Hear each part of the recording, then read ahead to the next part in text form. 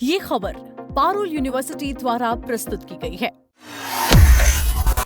मलिहाबाद का कसमंडी कला गांव आखिर क्यों अचानक पीएसी और भारी पुलिस छावनी में तब्दील हो गया? प्राचीन इमारत की दीवारों पर बने नाग, कलश और कमल के फूल क्या किसी भव्य मंदिर की गवाही दे रहे हैं? क्या है राजा कंस, आक्रांता, सलार गाजी और कसमंडी कला के इस प्राचीन ऊसर टीले का असली इतिहास? यानी इस पूरे विवाद पर बड़े इतिहासकारों, आर्किटेक्ट और पुरातत्व विभाग का क्या कहना है? नमस्कार, मेरा नाम है अंशुल शर्मा और आप देख रहे हैं दैनिक जागरण। लखनऊ के मलिहाबाद का कसमंडी कला गांव इस वक्त एक बड़े ऐतिहासिक और धार्मिक विवाद का केंद्र बन चुका है। यहाँ एक प्राचीन इमारत के मूल स्वरूप को लेकर पासी समाज और मुस्लिम पक्ष के बीच तनातनी चरम पर पहुंच चुकी है। जुमे की नमाज के बाद उपजे विरोध और फिर हिंदू संगठनों द्वारा हनुमान चालीसा के पाठ के ऐलान ने प्रशासन के हाथ पांव फुला दिए हैं। स्थिति की संवेदनशीलता को देखते हुए इस पूरे इलाके को बैरिकेडिंग करके भारी पुलिस और पीएसी बल के हवाले कर दिया गया।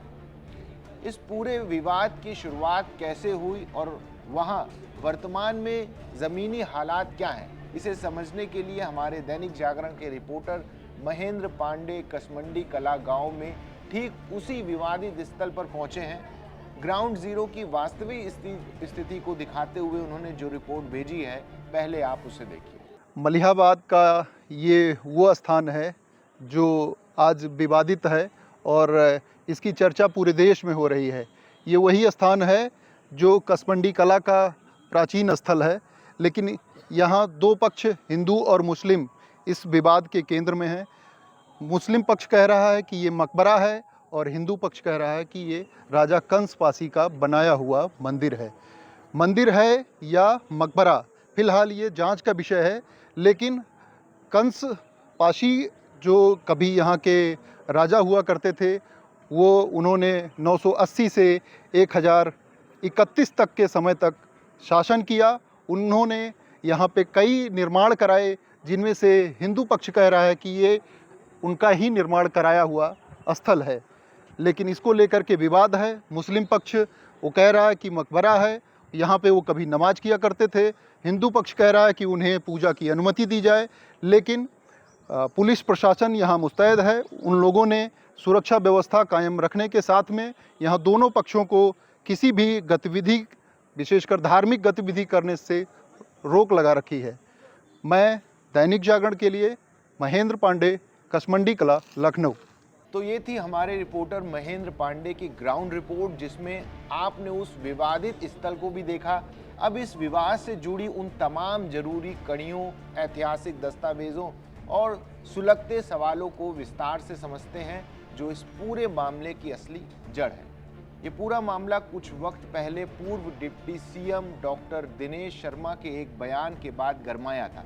पूर्व केंद्रीय राज्य मंत्री कौशल किशोर की कसमंडी में आयोजित एक जनसभा में डॉक्टर दिनेश शर्मा ने मंच से राजा कंसा पासी के इतिहास और उनके शौर्य का जिक्र किया था, जिसके बाद पासी समाज इस स्थान को लेकर पूरी तरह सक्रिय हो गया। लाखन पासी आर्मी और हिंदू संगठनों का ये दावा ऐतिहासिक तथ्यों और लखनऊ गजेटियर पर आधारित है।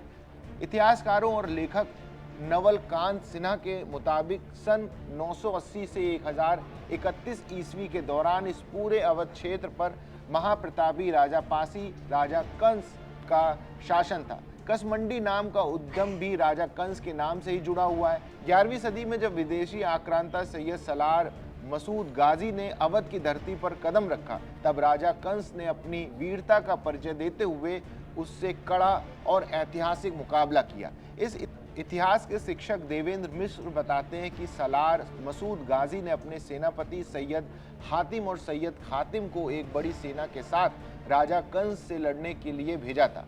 इस भीषण संघर्ष में गाजी के दोनों सेनापति हातिम और खातिम मारे गए थे, जिनकी मज़ारें आज भी कसमंडी कला में मौजूद हैं। हिंदू पक्ष का दृढ़ दावा है कि प्राथमिक स्वास्थ्य केंद्र के पीछे बने ये दो पुराने ढांचे वास्तव में राजा कंस का अभेद किला थे, जिसके भीतर एक प्राचीन शिव मंदिर स्थापित था, जिसे विदेशी आक्रमण के बाद जबरन मस्जिद और मकबरे का रूप देने का प्रयास किया गया। इस दावे का सबसे बड़ा प्रमाण इस इमारत की प्राचीन दीवारें हैं, जिन पर नाग कलश, कमल का पुष्प और सनातन संस्कृति से जुड़ी अन्य पौराणिक आकृतियां साफ तौर पर मौजूद हैं। स्थानीय बुजुर्ग रामादेवी, सुशील कुमार और पंकज भी वहां बताया उन्होंने कि इसे राजा कंस का मंदिर ही कहते थे, जहां नियमित पूजन अर्चन होता था। इस मामले पर देश के बड़े इतिहासकारों और विशेषज्ञों का रुख भी बेहद महत्वपूर्ण है। इतिहासकार रवि भट्ट का कहना है कि जब मोहम्मद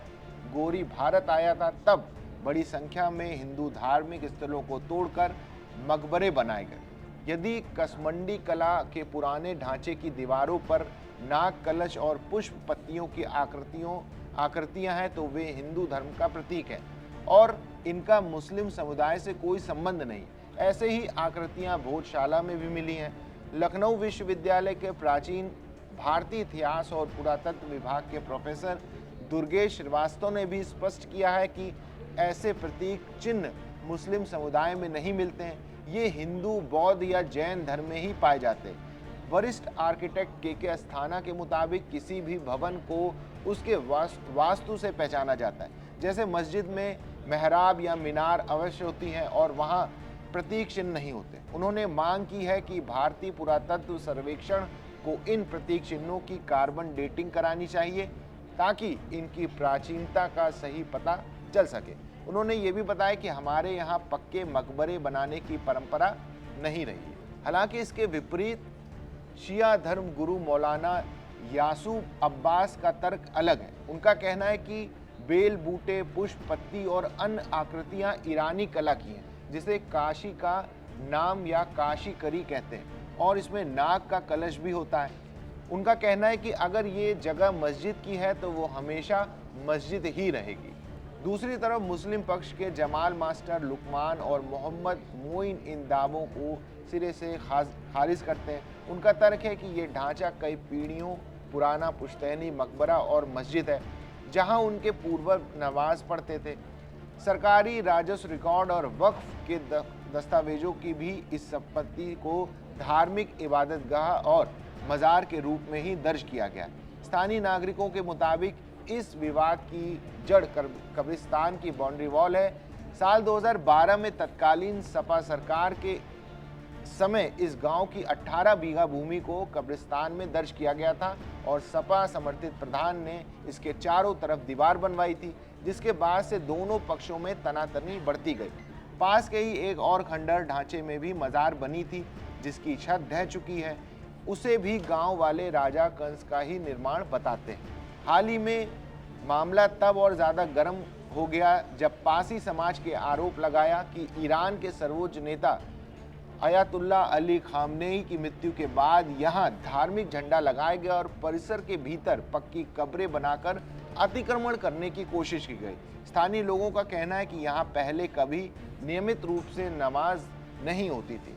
बहराइच से आए एक बहारी मौलाना जमील अहमद ने करीब 1.5 साल पहले सुलेमानिया एजुकेशनल स्कूल नाम का एक बिना मान्यता का मदरसा खोला और इस ढांचे की सफाई कर नमाज की शुरुआत करी, जिससे विवाद बढ़ा। वर्तमान में वो मौलाना मदरसा बंद करके फरार है। तनाव तब और बढ़ गया जब पिछले शुक्रवार को समान दिनों के मुकाबले करीब 200 लोग नमाज पढ़ने पहुंच गए। पासी समाज ने इसका कड़ा विरोध किया और नारेबाजी शुरू हो गई। इसके जवाब में सुहेल देव आर्मी के राष्ट्रीय अध्यक्ष योगेश पासी और लाखन पासी आर्मी ने वहां पहुंचकर सुंदरकांड और हनुमान चालीसा पढ़ने की घोषणा कर दी। स्थिति की संवेदनशीलता को देखते हुए जिलाधिकारी विशाख जी और संयुक्त पुलिस आयुक्त बबलू कुमार ने कड़े निर्देश जारी किए। पुलिस ने लाखन आर्मी के राष्ट्रीय अध्यक्ष सूरज पासी और अखंड आर्यावर्त महासभा के प्रदेश अध्यक्ष चंद्रमौली शुक्ल सहित कई प्रमुख नेताओं को हाउस अरेस्ट कर लिया। सूरज पासी पिछले 3 दिनों से नजरबंद हैं और उन्होंने वीडियो जारी कर मोहनलालगंज के सांसद आर.के. चौधरी और अयोध्या के सांसद अवधेश प्रसाद सहित कई जनप्रतिनिधियों के समर्थन की अपील की है। हालांकि इस विवाद पर राजनीति भी शुरू हो गई और सपा सांसद अवधेश प्रसाद ने इसे भाजपा की साजिश करार दिया। नेताओं की नजरबंदी के बावजूद अखिल भारत हिंदू महासभा के राष्ट्रीय प्रवक्ता शिशिर चतुर्वेदी, कार्यकारिणी अध्यक्ष गौरव गोस्वामी कार्यकर्ताओं के साथ कसमंडी कला पहुंचे और बैरिकेडिंग के पास बैठकर हनुमान चालीसा का पाठ किया और मुख्यमंत्री को संबोधित ज्ञापन सौंपा। अयोध्या के संतों जैसे हनुमानगढ़ी के महंत रामदास महंत, राजू दास और जगत गुरु परमहंस आचार्य ने भी पासी समुदाय के दावों का पुरजोर समर्थन किया। इस पूरे मामले के सामने आने के बाद राज्य पुरातत्व निदेशालय की निदेशक रेणु द्विवेदी का कहना है कि ये ढांचा फिलहाल विभाग के संरक्षण में नहीं है और ना ही कोई पत्राचार हुआ है, लेकिन अगर उन्हें कोई मांग पत्र मिलता है तो इसकी पूरी जांच कराई जाएगी। पुरातात्विक स्थल की जांच के लिए संस्कृति मंत्री की निगरानी में एक 23 सदस्यीय एडवाइजरी कमेटी गठित होगी, जिसमें एएसआई के महानिदेशक और कई विश्वविद्यालयों के इतिहास विभाग के अध्यक्ष शामिल होते हैं, जिन्हें ऐसे स्थलों को अधिसूचित करने का अधिकार है।